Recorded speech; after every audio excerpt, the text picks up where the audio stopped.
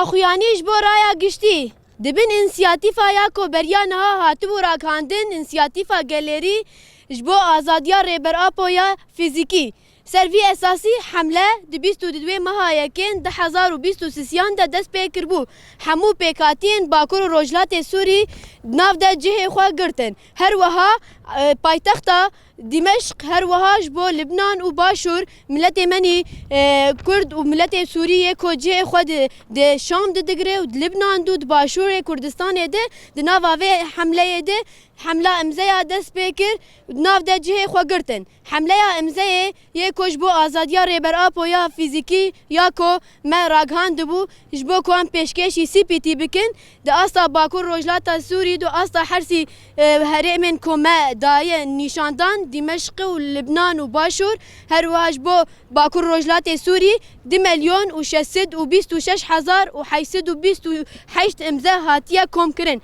Li ser vî esasî bi dehan û bi sedan komîte hatibûn çêkirin ji komînan heya ku asta Bakur û Rojhilatê Sûrî hemû pêkhatî û partiyên siyasî û saziyên civaka sivîl û civaka medenî hemû de nav de cihê xwe girtin. Di nava vê însiyatîfê de gelek kar hatin meşandin ji bo ku karibin ev tecrîda kolser rêberapo tê meşandin, ev bêdengiya navnetewî ku bidin işkenandin û li ser vî esasî ji bo CPT bengewazî hatin şandin. Her wiha ji bo hemû saziyên ku ban dikin bi mafê mirova bi taybet saziya CPT û mafê mirova ku bersiva xwe bidin nîşandan û hem de bersiv bidin gel ku karibin rastî mewqifê gel ê ku dixwazin rewşa rêbertî nas bike divê rewşa herî hesas de ku em di merheleyeke pir hesas derbas dibin bi taybet piştî ev zilzala dawî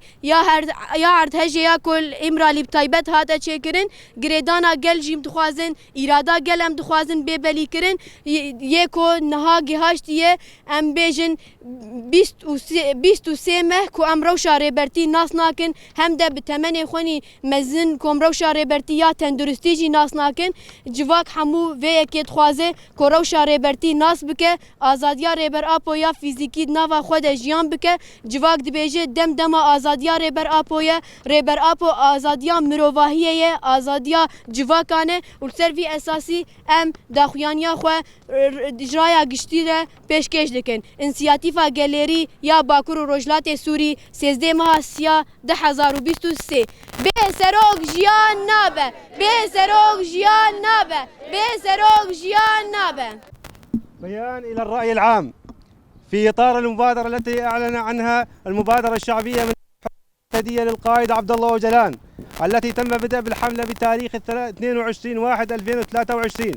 فقد شارك مئات من لجاننا في الكومينات والأحزاب والمؤسسات المجتمع المدني. وبهذا الصدد نحن كمبادرة نثمن جهودهم الرامية بسبل الكسر العزلة المفروضة على القائد والصمت الدولي، ونناشد جميع منظمات المدعية بحقوق الإنسان وخاصة منظمة مناهضة التعذيب CPT للاستجابة إلى نداء الشعب والرد على المطالب ولعبها الدور المنوط كمنظمة إنسانية في هذه المرحلة الحساسة، حيث تجاوز 23 شهرا ولم يصلنا أي معلومة عن صحة القائد، ولا ننسى الكارثة الزلزال وتداعياتها على جزيرة إمرالي عن مصير القائد في هذه الكارثة. المبادرة الشعبية لشمال وشرق سوريا 13/3/2023.